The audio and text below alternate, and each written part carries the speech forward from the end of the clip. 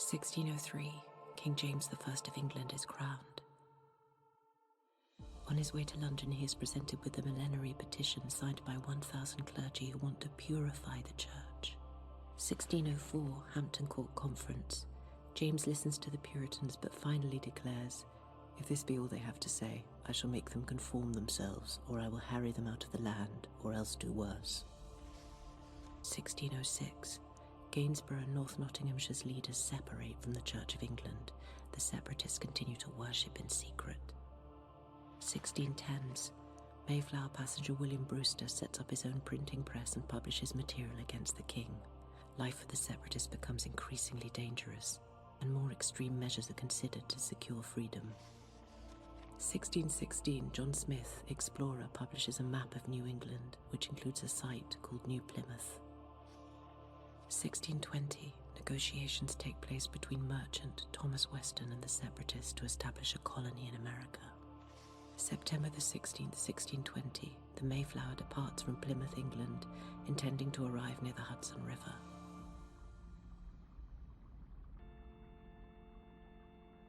The Mayflower's passengers set sail in September 1620 in search of a new life. From the embers of unrest that began almost 2 decades earlier in Lincolnshire and Nottinghamshire, England, they would go on to fan the flames of a revolution that established modern democracy in the United States of America.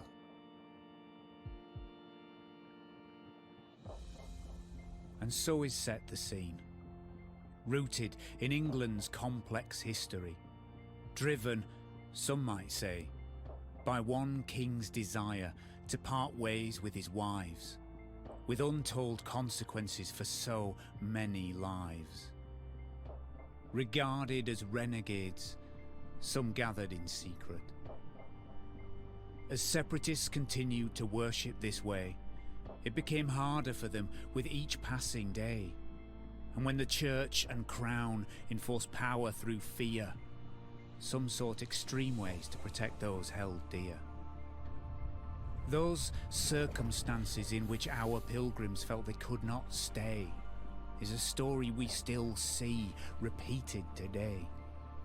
So why then, when history is littered with the same actions, do some stories spill like refractions of the same light, reflected through generations, while others are forgotten, brushed aside, never to be told again?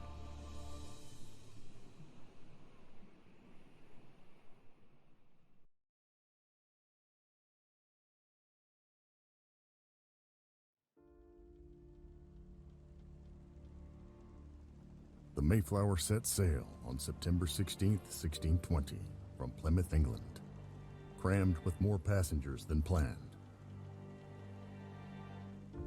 As it set sail into the winter sea, months behind schedule, neither wind nor waves would be kind to the ship.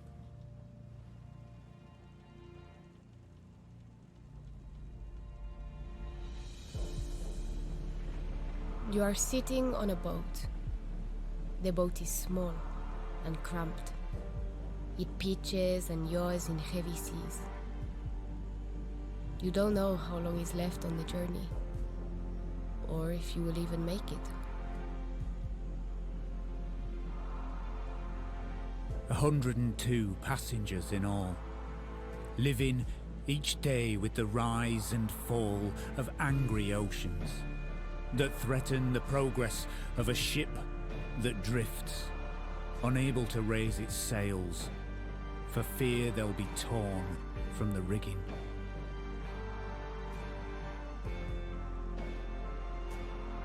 "66 days to cross the Atlantic. Storm and sea, the frantic motion of a ship at the mercy of the elements." You are sitting on a boat.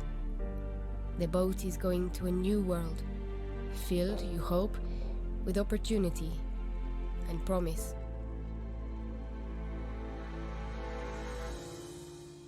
Slowly, into view, the sight of what would become a place to call home. Already, though, with a hint of hypocrisy. For the land on which they would settle was not theirs to own.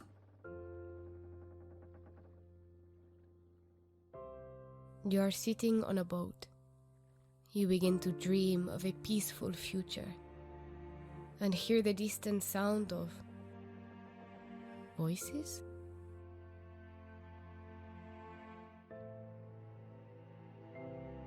Others already occupied these lands for 10,000 years or more, cultivated crops with their own hands.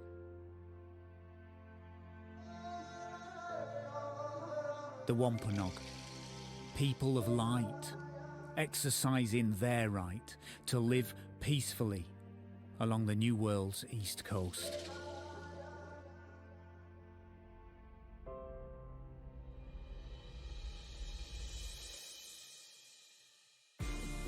In 1620, the tribes watched as others broke ground. The sound of voices from oceans apart meet on the wind.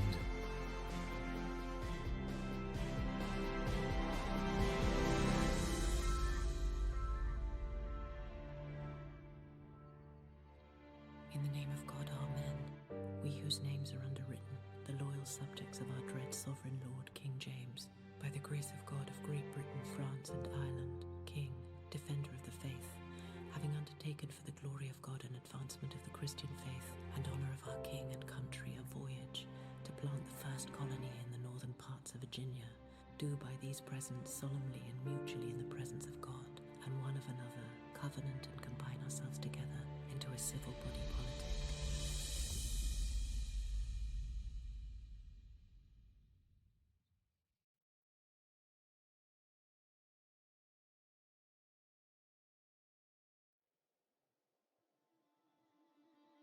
After being blown heavily off course, the voyagers knew they were going to be unable to settle at their planned destination. Drawn up to provide a legal standing to settle on the land they saw, the Mayflower Compact was signed by 41 men on board. They would deal with issues by voting, establish constitutional law, and rule by majority for the good of the colony.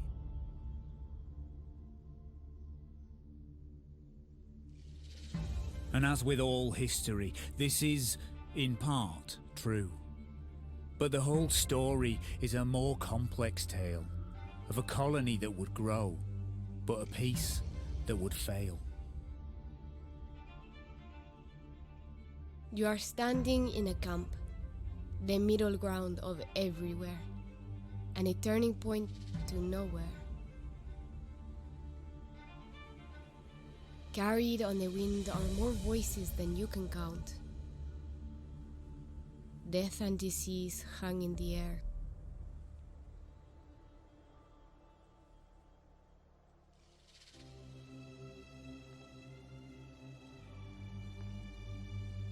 In the first harsh winter, many would die.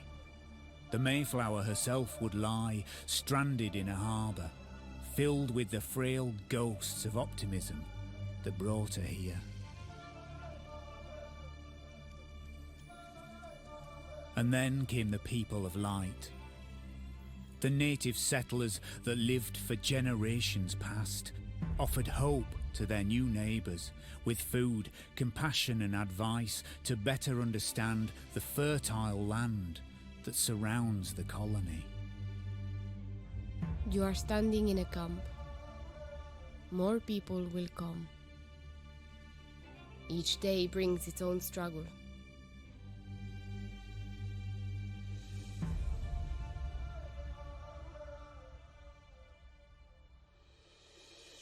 This initial peace, filled with humanity, an example to all. But as more settlers came, bodies would fall. And while history asks who was right or wrong, this story should be more uplifting if it told of different peoples who learned to get along. You are standing in a camp.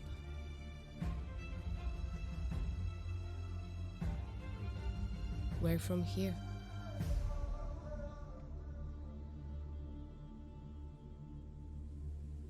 With 400 years past, does the time give us the wisdom not to repeat the same mistakes that leave blood at our feet?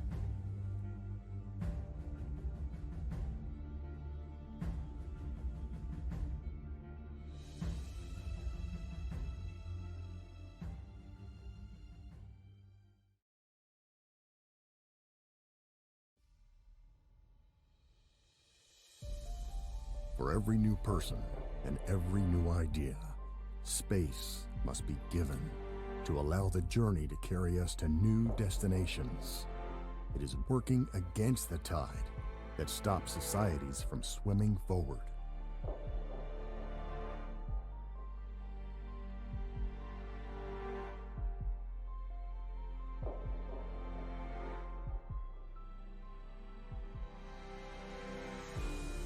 The ebb and flow of the water is what allows the ship to sail. It is both the ebb and the flow that allows the human spirit to prevail.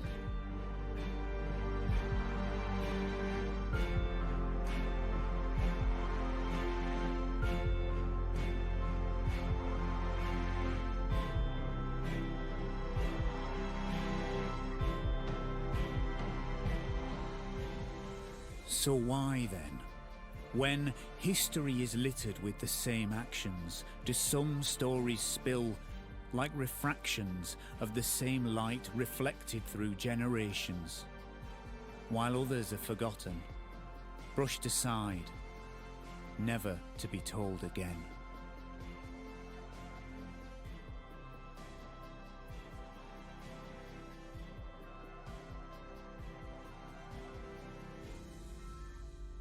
Article 14. If we are at risk of harm, we have the right to go to another country to seek protection. Article 20. We should all have the right to form groups and organize peaceful meetings. Nobody should be forced to belong to a group if they don't want to. Article 28. We all have the right to live in a peaceful and orderly society, so that these rights and freedoms can be protected, and these rights can be enjoyed in all other countries around the world.